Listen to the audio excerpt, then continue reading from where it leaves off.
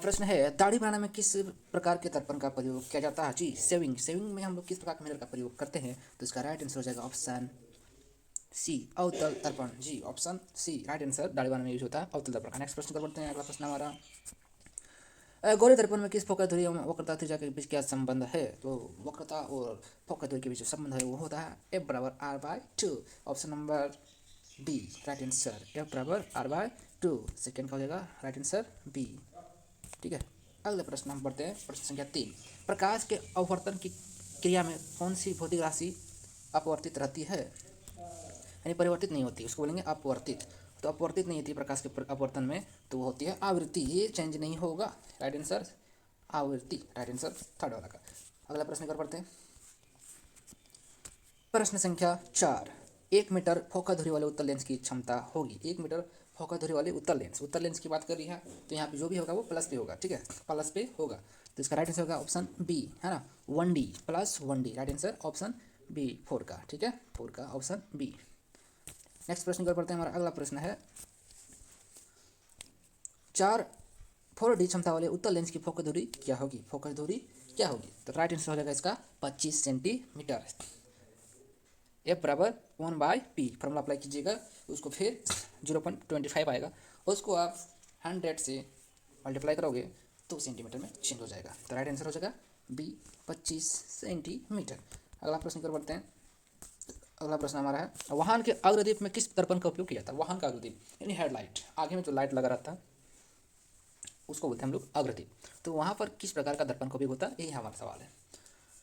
ठीक है, तो वहाँ पे हम लोग अवतल दर्पण का प्रयोग करते हैं, क्योंकि अवतल दर्पण का जो क्षेत्र होता है वो बड़ा होता है, क्षेत्र बड़ा होता है। ठीक है, तो हेडिंग में हो जाएगा राइट आंसर अवतल दर्पण, राइट आंसर ऑप्शन ए अवतल दर्पण। अगला प्रश्न हमारा, मानव नेत्र के जिस भाग पर किसी वस्तु का प्रतिबिंब बनता है वो है, यानी किस भाग पर हमारे आँख में किसी चीज़ का प्रतिबिंब बनता है, इमेज। ठीक है ना, प्रतिबिंब मतलब इमेज। ठीक है, किसी ऑब्जेक्ट का जो इमेज बनता है हमारे आँख में वो किस भाग पर बनता है? तो वो हो जाएगा दृष्टिपटल, दृष्टिपटल, जिसको इंग्लिश में बोला जाता है रेटिना, रेटिना। ठीक है, तो right answer option D, retina पर किसी चीज़ का वस्तु का इमेज बनता है। अगला प्रश्न हमारा हो गया, सामान्य नेत्र का धुर बिंदु क्या है? हम सामान्य रूप से हमारा जो नेत्र का धुर बिंदु है, ध्यान रखिएगा, धुर बिंदु बोल रहा है, तो हम लोग अधिकतम कितने दूर तक देख सकते हैं? तो वो है हमारा अधिकतम जो सीमा है वो है अनंत, और निकटतम जो सीमा है वो 25 सेंटीमीटर। तो यहाँ सवाल किया जा रहा है कि अधिकतम धुर बिंदु क्या है, तो हो जाएगा अनंत, राइट आंसर अनंत। अगला प्रश्न कर बढ़ते हैं। अगला प्रश्न हमारा है, प्रश्न है, मानव नेत्र में प्रतिबिंब की प्रकृति क्या होती है? सॉरी, 9th वाला प्रश्न पहले कर लेंगे, फिर हम 10th की ओर बढ़ेंगे।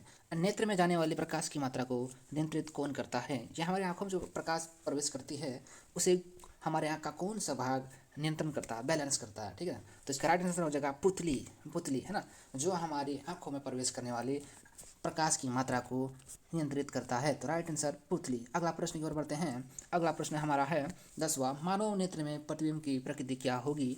मानव नेत्र में प्रतिबिंब की प्रकृति क्या होगी, यानी जो हमारे आंखों में जो इमेज बनता है उसका प्रकृति क्या होता है? ठीक है, प्रकृति क्या होती है ये बता रहा है। तो हमारे आंखों में जो इमेज बनता है वो होता है उल्टा और वास्तविक, उल्टा और वास्तविक। तो इसका राइट आंसर हो जाएगा डी, उल्टा और वास्तविक, उल्टा और वास्तविक। अगला प्रश्न है, 1 किलोवाट निम्न में से किसकी इकाई है? 1 किलोवाट, है ना, 1 किलोवाट। ठीक है, किलोवाट आवर्स, किलोवाट आवर्स जो होती है एक मात्रा है, जिसे हम लोग एसआई यूनिट भी बोलते हैं, किसकी यूनिट है? ये हो जाएगा आपका ऊर्जा का, ऊर्जा का, है ना, और यह है विद्युत, विद्युत। ठीक है, तो राइट आंसर हो जाएगा ऊर्जा। 1 किलोवाट जो इकाई होती है वो होती है ऊर्जा की, राइट आंसर ऊर्जा, ऑप्शन पी 11वीं वाला प्रश्न का। अगला प्रश्न है हमारा, कूलम किसका एसआई मात्रक है? कूलम किसका एसआई मात्रक है? तो कूलम जो होता है वो विद्युत का एसआई मात्रक होता है, इलेक्ट्रिसिटी का एसआई मात्रक होता है। ठीक है, कूलम, ठीक है, कूलम। तो राइट आंसर हो जाएगा विद्युत आवेश का, राइट आंसर ऑप्शन ए विद्युत आवेश। अगला प्रश्न हमारा है, विद्युत मोटर एवं में एक युक्ति है जो परिवर्तित करती है। विद्युत मोटर क्या करता है, किसको चेंज करता है? ये ऑप्शन आपको पूछा गया सवाल, जो विद्युत मोटर होता है वो किसको चेंज करता है? तो विद्युत मोटर विद्युत ऊर्जा को यांत्रिक ऊर्जा में परिवर्तन करता है। तो राइट आंसर ऑप्शन बी, विद्युत मोटर विद्युत ऊर्जा को यांत्रिक ऊर्जा में परिवर्तन करता है, राइट आंसर बी। अगला प्रश्न हमारा है, जल का विद्युत अपघटन किस प्रकार की अभिक्रिया है? जल का विद्युत अपघटन किस प्रकार की अभिक्रिया है? तो जल का अपघटन वियोजन अभिक्रिया होता है। ठीक है, तो राइट आंसर ऑप्शन बी, वियोजन अभिक्रिया। अगला प्रश्न हमारा, कॉपर ऑक्साइड और हाइड्रोजन को जब हम लोग रिएक्शन करवाते हैं तो दिए गए हुए अभिक्रिया में किस पदार्थ का उपचयन हो रहा है? अपचयन, उपचयन, जहाँ पे हम लोग देखते हैं ऑक्सीजन का ह्रास और ऑक्सीजन का वृद्धि। ठीक है, तो इसका राइट आंसर हो जाएगा ऑप्शन डी, ऑप्शन डी। यहाँ पे हाइड्रोजन का अपचयन हो रहा है, यही आपसे पूछा जा रहा किसका अपचयन हो रहा, तो यहाँ पे हम लोग किसका अपचयन उपचयन होते हुए देख रहे हैं, तो वो है हाइड्रोजन का। राइट आंसर हो जाएगा H2, हाइड्रोजन। अगला प्रश्न, दिए गए चित्र में किस प्रकार की अभिक्रिया हो रही है? ये जो चित्र है किस प्रकार की अभिक्रिया हो रही है, ये जो इमेज है सीधे आपकी एनसीईआरटी बुक से लिया गया है।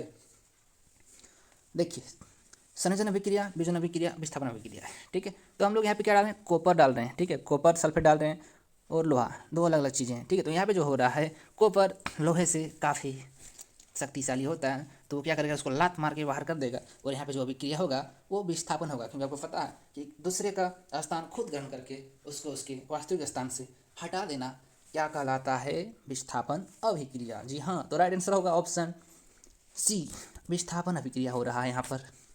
अगला प्रश्न है हमारा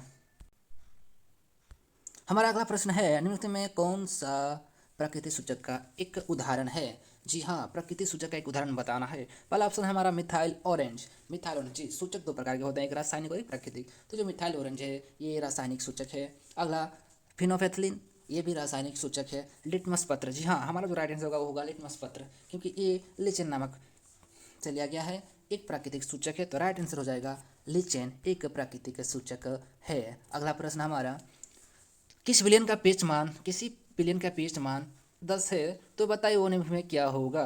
तो आपको पता है 1 से लेकर 7 तक वो होता है अम्ल, और 7 से 14 तक क्षारक, और जो 7 में आता है यानी 7 में आता है वो होता उदासीन। तो हमारे यहाँ दे रखा 10, यानी 7 से 14 के बीच है, तो ये होगा क्षार। तो राइट आंसर हो जाएगा क्षार, ऑप्शन डी, क्षार। अगला प्रश्न है हमारा, दिया गया चित्र क्या सूचित करता है? जी हाँ, कोई बंदा हाथ धो रहा क्या? नहीं नहीं नहीं, हाथ नहीं धो रहा है ना। हमेशा हाथ साफ करना रखना चाहिए? नहीं। हमें प्रयोगशाला में हाथ धोकर जाना चाहिए? नहीं भाई, हमें प्रयोगशाला में हाथ से रखने चाहिए, क्योंकि एसिड रिएक्शन जब करवाओगे प्रयोगशाला में तो कुछ भी हो सकता है। तो ये एक चेतावनी चिन्ह है। तो सांद्र अम्ल तथा क्षार को वाले बर्तन का चेतावनी चिन्ह है। राइट आंसर हो जाएगा ऑप्शन डी, ये चेतावनी चिन्ह है, ऑप्शन डी, राइट आंसर। हमारा अगला प्रश्न है, इमली में कौन सा अम्ल होता है? प्रश्न संख्या 20, इमली में कौन सा अम्ल होता है? चलिए देखते हैं। सिट्रिक अम्ल नहीं, ये तो नींबू में होता है, ये होता है नींबू में। टार्टरिक अम्ल, जी हाँ, ये टार्टरिक अम्ल हमारा होगा, इमली में पाया जाता है। ये जो अम्ल है टार्टरिक, इमली में पाया जाता है। अगला देख लेते हैं, सिट्रिक अम्ल, नींबू, हाँ, ये नींबू में पाया जाता है, संतरा वगैरह में। वो एक होता है लैक्टिक अम्ल, ये दूध में पाया जाता है। ये भी सवाल पूछ सकता है आपके एग्जाम में, तो ध्यान रखिएगा। लैक्टिक अम्ल दूध में, सिट्रिक अम्ल सिरका वगैरह में, और सिट्रिक अम्ल 2 बार लिखा है, मिस प्रिंटिंग हुआ होगा नींबू वगैरह में। टार्टरिक अम्ल हमारा हो जाएगा इमली में। तो हमारा सवाल था इमली में कौन सा अम्ल मिलता है, तो राइट आंसर हो जाएगा टार्टरिक अम्ल इमली में पाया जाता है। अगला प्रश्न, कौन सा अधातु कमरे के ताप पर द्रव अवस्था में पाया जाता है? ध्यान रखिएगा, यहाँ अधातु बोला गया है।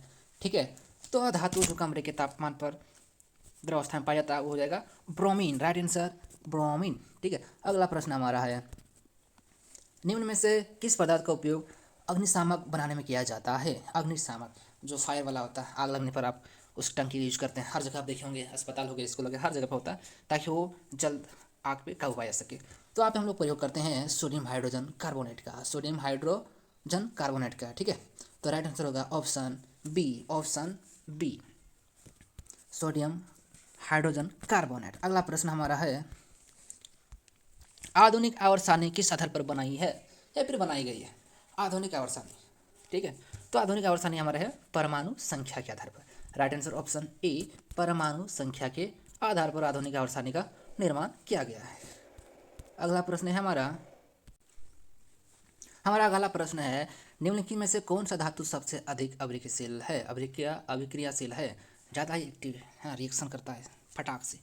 पोटेशियम, सोडियम, एल्युमिनियम या फिर कैल्शियम। ठीक है ना, तो 3 अगर टॉप में बात करें तो हो जाएगा पोटेशियम, सोडियम और कैल्शियम। ठीक है, तो सबसे अधिक यहाँ पे टॉप 1 वाला लेंगे, तो राइट आंसर होगा ऑप्शन ए, पोटेशियम निम्नलिखित में से सबसे अधिक अविक्रियशील धातु है। अगला प्रश्न हमारा है, पृथ्वी की भूपट्टी में प्राकृतिक रूप से पाए जाने वाले तत्वों को या फिर यौगिकों को क्या कहते हैं? जो भूपट्टी पर पाया जाता है प्राकृतिक रूप में उसे हम लोग खनिज कहते हैं। क्या कहते हैं? खनिज। चलिए भाई, खनिज कहाँ? यहाँ। राइट आंसर हो जाएगा ऑप्शन बी, पृथ्वी में पाए जाने वाले प्राकृतिक रूप से उसे हम लोग बोलते हैं खनिज। अगला प्रश्न, प्रोपेन में कौन सी अभिक्रियाशील समूह मौजूद है? प्रोपेनॉल है ना, प्रोपेनॉल। ओ ठीक है, OL, ये हो गया एल्कोहल। ठीक है, एल्कोहल का एक ग्रुप है, तो इसका राइट हो जाएगा एल्कोहल। प्रोपेन का जो क्रियाशील समूह है वो है मौजूद होता है एल्कोहल समूह में, है ना, एल्कोहल फैमिली में। ठीक है, तो राइट आंसर हो जाएगा एल्कोहल, ए वाला। ठीक है, एल्कोहल। अगला प्रश्न हमारा, प्रकाश संश्लेषण प्रक्रिया में निम्नलिखित में क्या नहीं होता है? जल टूटता, हवा टूटता, ऑक्सीजन का मुक्त होता, बिल्कुल होता, कार्बन डाइऑक्साइड का मुक्त होना, कार्बन हाइड्रोक्साइड का उपयोग होना। जी, ये उपयोग करता कार्बन हाइड्रोक्साइड का, तभी तो हमें ऑक्सीजन देता। ठीक है, ये कार्बन डाइऑक्साइड का मुक्त होना ये रॉन्ग है, क्योंकि ये कार्बन डाइऑक्साइड मुक्त नहीं करता है, ऑक्सीजन मुक्त करता है। तो क्या नहीं होता है ये पूछा, तो राइट होगा ऑप्शन सी, महाराज सी। ठीक है, अगला प्रश्न, फ्लोएम के खाद्य पदार्थ का परिवहन पौधे में किस दिशा में होता है? फ्लोएम है ना, पौधे के जो पत्ते होते हैं इसके नीचे हिस्सा में हरा हरा होता है फ्लोएम, जहाँ पे ये भोजन बनाता है प्रकाश संश्लेषण की क्रिया से, और पूरे पौधे में सप्लाई करता है, भेजता है। ठीक है, तो ये किसके माध्यम से होता है? ये कहाँ पे होता है? ऊपर से नीचे होता है कि केवल नीचे होता है, या फिर ऊपर नीचे दोनों तरफ होता है? तो आपको पता है कि फ्लोएम जोड़ में जाता है, सभी भागों में भोजन को प्रवाह करता है, तो ऊपर नीचे दोनों ओर, तो राइट होगा ऊपर नीचे दोनों की ओर। अगला प्रश्न हमारा है, फल को पकाने के लिए अगला प्रश्न हमारा है, विभक्त की रचना का तथा क्रियात्मक इकाई को क्या कहते हैं? है ना, 29। विभक्त की रचना तथा क्रियात्मक इकाई को क्या कहते हैं? विभक्त। ठीक है, क्या बोलेंगे? विभक्त। इसका राइट आंसर होगा विभक्त, बी वाला। ठीक है, विभक्त। अगला प्रश्न हमारा 13, फल को पकाने के लिए कौन सा हार्मोन उत्तरदायी है? यानी फल को पकाने के लिए किस हार्मोन का प्रयोग किया जाता है पेड़ों के द्वारा? ये होता है हमारा एथिलीन। राइट आंसर हो जाएगा एथिलीन। ठीक है, एथिलीन। अगला प्रश्न है हमारा, एस्ट्रोजन स्रावित होता है। एस्ट्रोजन एक प्रकार का हार्मोन है। ये क्या है? हार्मोन। ठीक है, हार्मोन। तो ये होता है अंडाशय द्वारा, क्योंकि जो अंडाशय होता है मेल में नहीं होता है ना, फीमेल में होता है, और एस्ट्रोजन फीमेल का एक हार्मोन है। तो ये अंडाशय किस में होता है? फीमेल में। ठीक है, फीमेल में। तो इसका राइट हो जाएगा अंडाशय द्वारा, ए। अगला प्रश्न हमारा, नर युग्म और मादा युग्म के संकलन को क्या कहते हैं? नर और मादा युग्म के संकलन को शामिल को क्या बोलते हैं? निषेचन। क्या बोलते हैं? निषेचन। ठीक है, तो राइट आंसर होगा निषेचन, बी, निषेचन। 32 का। अगला प्रश्न, दिए गए चित्र में कौन सा जनन हो रहा है? देखिए भाई, ये मुकुलन महाराज है। ये कौन है? मुकुलन महाराज। तो इसका राइट आंसर हो जाएगा मुकुलन। मुकुलन का जनन हो रहा है ना, मुकुलन का जनन हो रहा है। और ये विखंडन के द्वारा नहीं होता है ना, मुकुलन का जनन हो रहा है। प्रक्रिया पूछते तो अलग बात थी। तो इसका राइट हो जाएगा ऑप्शन ए, मुकुलन का जनन हो रहा है। 32 प्रश्न संख्या, पक्षी और चमगादड़ के पंख हैं, है ना, समजात अंग, अवशेषी अंग, जीवाश्म अंग, असमजात अंग। एक जैसा रहेगा उसको बोलेंगे समजात अंग। ठीक है, तो इसका हमारा राइट आंसर होगा असमजात अंग। देखो, पक्षी और चमगादड़ के पंख दोनों असमजात, एक जैसे जात का नहीं है, इसलिए इसका राइट आंसर होगा असमजात अंग, असमजात अंग। ठीक है, राइट आंसर ऑप्शन डी। इसका राइट आंसर हो जाएगा ऑप्शन डी, असमजात अंग। अगला प्रश्न है हमारा, मेंडल अपने प्रयोग के लिए किस पौधे का को चुना था या फिर उपयोग किया था? मेंडल, आपको पता है मटर। ठीक है ना, मेंडल किस पे अपना एक्सपेरिमेंट किया था? तो होगा मटर। ठीक है, राइट आंसर हो जाएगा मटर, ऑप्शन डी, ऑप्शन सी, मटर। ठीक है, ऑप्शन सी, मटर पे उन्होंने अपना एक्सपेरिमेंट किया था। एक वैज्ञानिक था जिनका नाम था मेंडल। ठीक है, राइट आंसर ऑप्शन सी, मटर। अगला प्रश्न हमारा, निम्न में कौन उत्पादक है? कौन उत्पादक है? ठीक है, उत्पादक कौन है? जो उत्पाद करता है, सबसे पहला जो होता है उत्पादक, उसके बाद कोई होता है वो उपभोक्ता होता है। ठीक है, उत्पादक। तो यहाँ पे हो जाएगा घास। घास क्या है? एक उत्पादक है। ठीक है, तो राइट हो जाएगा ऑप्शन सी, घास, राइट आंसर इसका। अगला प्रश्न हम देखते हैं, किसी आहार श्रृंखला में शाकाहारी का निर्माण होता है? शाकाहारी का निर्माण होता है। ठीक है, शाकाहारी यानी पहला। ठीक है, तो हो जाएगा पोषी स्तर। क्या हो जाएगा? उसको हम लोग बोल देंगे पोषी स्तर, यानी प्रथम स्तर। ठीक है, प्रथम पोषी स्तर। राइट आंसर ऑप्शन ए, प्रथम पोषी स्तर में शाकाहारी का निर्माण होता है, शाकाहारी श्रृंखला का निर्माण होता है ना। अगला प्रश्न, ओजोन परत के अपक्षय के लिए जिम्मेदार कौन है, यानी ओजोन परत जो अपक्षय हो रहा है दिनों दिन उसको प्रभावित करने वाला कारक कौन है इनमें से, ठीक है। Carbon dioxide, chlorofluorocarbon, sulphur dioxide, nitrogen oxide. तो इसका राइट आंसर हो जाएगा क्लोरोफ्लोरोकार्बन, ऑप्शन बी। यही है जो ओजोन परत को दिनों दिन क्या कर रहा है, क्षय कर रहा है, दुश्मन बना हुआ ओजोन परत का। राइट आंसर हो जाएगा CFC, क्लोरोफ्लोरोकार्बन। अगला प्रश्न की ओर बढ़ते हैं, निम्न में कौन जीव मात्रा ऊर्जा स्रोत का उदाहरण नहीं है। ऊर्जा, जैसे हम लोग ऊर्जा प्राप्त नहीं करते हैं वो एक उदाहरण नहीं है, उसको हमको छांटना। लकड़ी, इससे ऊर्जा हम प्राप्त करते हैं। गोबर, इससे भी प्राप्त करते हैं। कोयला, इससे भी करते हैं। किससे नहीं हो सकता है, नाभिक ऊर्जा, इससे हम लोग ऊर्जा प्राप्त नहीं कर सकते। तो राइट आंसर हो जाएगा नाभिक ऊर्जा से हम लोग ऊर्जा प्राप्त नहीं कर सकते, अतः ये एक ऊर्जा का स्रोत नहीं है। राइट आंसर नाभिक ऊर्जा, नाभिक ऊर्जा, ठीक है। अगला प्रश्न हम बढ़ते हैं, जो अंतिम प्रश्न होगा। और अंतिम प्रश्न का आंसर बताने से पहले आपसे रिक्वेस्ट है कि आपने अभी तक हमारे चैनल को सब्सक्राइब नहीं किया तो सब्सक्राइब कर दीजिए, क्योंकि आगे सभी पेपर्स का क्वेश्चन आंसर लाने वाला हूँ। आपको फ्री ऑफ कॉस्ट PDF भी मिलेगा, सारा कुछ। और वीडियो अच्छी लगे तो लाइक जरूर कर के जाइएगा, और एक कमेंट जरूर छोड़ के जाइए कि मैंने आपको आज की वीडियो कैसी लगी, ताकि मैं आगे से सुधार कर सकूँ। चलिए अंतिम प्रश्न की ओर बढ़ते हैं। पवन ऊर्जा उत्पादन के लिए पवन की चाल न्यूनतम कितनी होनी चाहिए, यानी पवन ऊर्जा अगर उत्पादन करना हो तो पवन की गति कितनी होनी चाहिए, उसकी चाल कितनी होनी चाहिए। तो मैं बता दूं कि 15 किलोमीटर पर आवर होनी चाहिए पवन की चाल, तब हम लोग पवन से पवन ऊर्जा उत्पादन कर सकते हैं। तो राइट आंसर हो जाएगा 15 किलोमीटर पर आवर्स। तो आज की वीडियो बस यहीं तक, मिलते हैं एक नई वीडियो में, तब तक के लिए आप सबों का धन्यवाद। वीडियो को लाइक करके जरूर जाना, चैनल अच्छी लगे, वीडियो अच्छी लगे तो लाइक कमेंट जरूर कीजिएगा। कमेंट बॉक्स में ये बताइए कि अगली वीडियो आपको किस सब्जेक्ट के ऊपर चाहिए। कमेंट बॉक्स में फटाफट कमेंट करके बताओ, मैं फटाफट आपको वीडियो प्रोवाइड करवा दूंगा। Thank you.